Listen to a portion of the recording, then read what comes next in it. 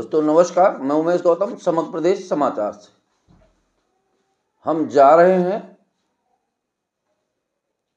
77वां गणतंत्र दिवस मनाने। मेरी तरफ से सभी देशवासियों को, जन जन को, सभी को गणतंत्र दिवस की अनंत कोटि शुभकामनाएं। और हम बात करते हैं गणतंत्र दिवस की और गणतंत्र दिवस के सिद्धांतों की, आज़ादी और आज़ादी के दीवानों की, क्योंकि गणतंत्र दिवस आज़ादी के दीवानों की देन है और उन जो शहीद हुए उनके खून की माटी के ऊपर बैठकर सिंहासन रखकर हम आज़ादी का जश्न मनाते हैं। और अब रोज सुनते हैं, हर गणतंत्र दिवस को सुनते हैं, महात्मा गांधी अमर रहे, चंद्रशेखर आजाद अमर रहे, सुभाष चंद्र बोस अमर रहे। निश्चित तौर पर इन नारों के साथ ही हम उद्घोष करते हुए प्रभात फेरी करते हैं और पूरे देश को इस बात का उत्सव मनाते हैं कि हम गणतंत्र दिवस मना रहे हैं। पर आज जिस विषय पे बात करता हूं तो क्या मेरे रोती होगी उन शहीदों की आत्माएं जिन्होंने देश चुना, कुर्सी नहीं चुनी।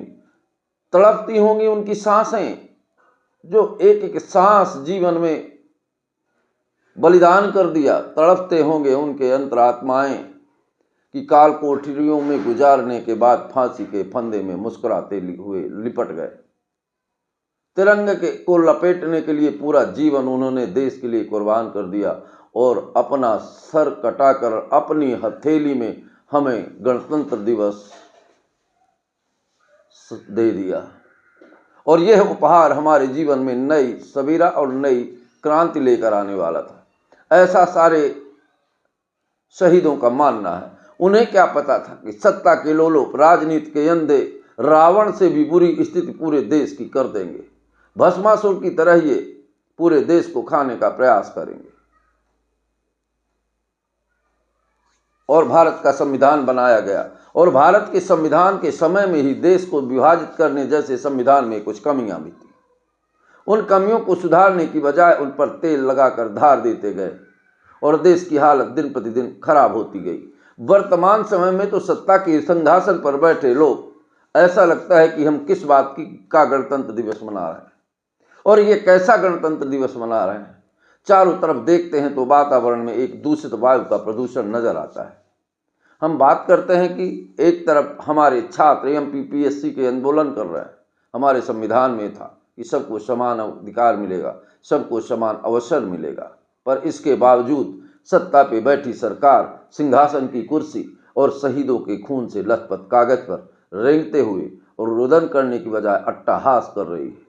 वहीं युवाओं को रोजगार देने की बजाय उनसे रोजगार छीना जा रहा है।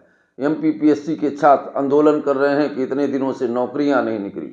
एक तरफ उनका आंदोलन चल रहा है, दूसरी तरफ जो संत भारत को विश्व गुरु बनाते थे, पूरी दुनिया में भारत के संतों का एक अलग इतिहास था और संतों के साथ हर राजा उनका सम्मान करते थे। वहीं अब वर्तमान में सनातनी और हिंदूवादी सरकारें संत आंदोलन में हैं, गंगा नहा नहीं सकते, डंडे चलाए जाते हैं और यहाँ तक कि उनके आंदोलनों पे जाके बुलडोजर बाबा की जय के उद्घोष करके डराया जाता है। क्या यही परिकल्पना थी हमारे सुभाष चंद्र बोस, महात्मा गांधी, चंद्रशेखर आजाद, मंगल पांडे? इन लोगों ने क्या एक कल्पना किया होगा कि ये भारत देश में ऐसा होगा? जिस तरफ देखो तो आंदोलन हो रहे हैं। सिर्फ एक तरफ यूजीसी ला के पूरे देश का सवर्ण आंदोलन है, एक तरफ जाति में बांट के अनारक्षित समाज के लोग खुले मंचों से हिंदुओं को ही, सावर्णों को गाली देते हैं और सरकार सत्ता के सिंहासन में बैठकर अट्टहास कर उनका सपोर्ट करती है। जीवनी में लोग ब्राह्मण ठाकुर, तिलक तराजू और तलवार, इनको मारो, जूते चार के नारे लगाती है और सरकार का मूक समर्थन रहता है। हम मूक समर्थन ही कहेंगे क्योंकि सत्ता की बेदी पर बैठे लोग मूक समर्थन देते हैं। नहीं इनकी क्या औकात की देश को विभक्त करने वाली बातों का जवान पर ला सके और सरकार कुछ नहीं करती। वहीं अगर दूसरे पक्ष के लोग कुछ बोलें तो उन पर मुकदमा कायम होता है। या यूं कहें कि सरकार चाहती है कि देश में आतंक और भय का वातावरण बन रहे। निश्चित तौर पर हृदय विदीर्ण करने वाली बात है, दुख की बात है, क्योंकि हमारा देश है और हमारे पूर्वजों ने इसे खून पसीने से सींचकर आज़ादी का तोहफा, आज़ादी का गुलदस्ता, आज़ादी के फूल हमें दिए हैं और उन आज़ादी के फूलों को हम कैसे कुचल रहे हैं ये देखा जा सकता है।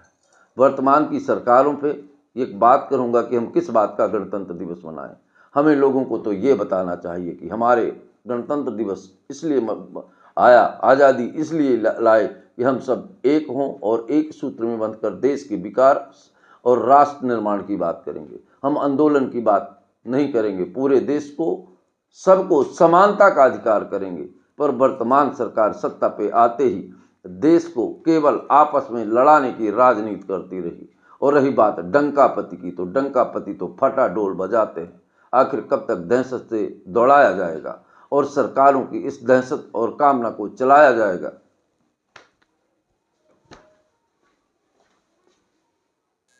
क्या इस बात का जश्न मनाएं कि हमारे देश में सरकारों के शासनकाल में सुशासन की बात पर, डबल इंजन की सरकार पर बच्चे कप सिरप पीकर मौत की नींद सो रहे हैं? जो पानी जीवन देता है, जो पानी सांसें देता है, पानी मूलभूत आवश्यकता है, उस पानी को पी के लोग मर रहे हैं। हर शहरों में दूषित पानी आ रहा है। क्या इस बात का जश्न मनाएं? जातीयता की राजनीति का दंगा चल रहा है, क्या इस बात का जश्न मनाएं? तो किस बात का गणतंत्र दिवस?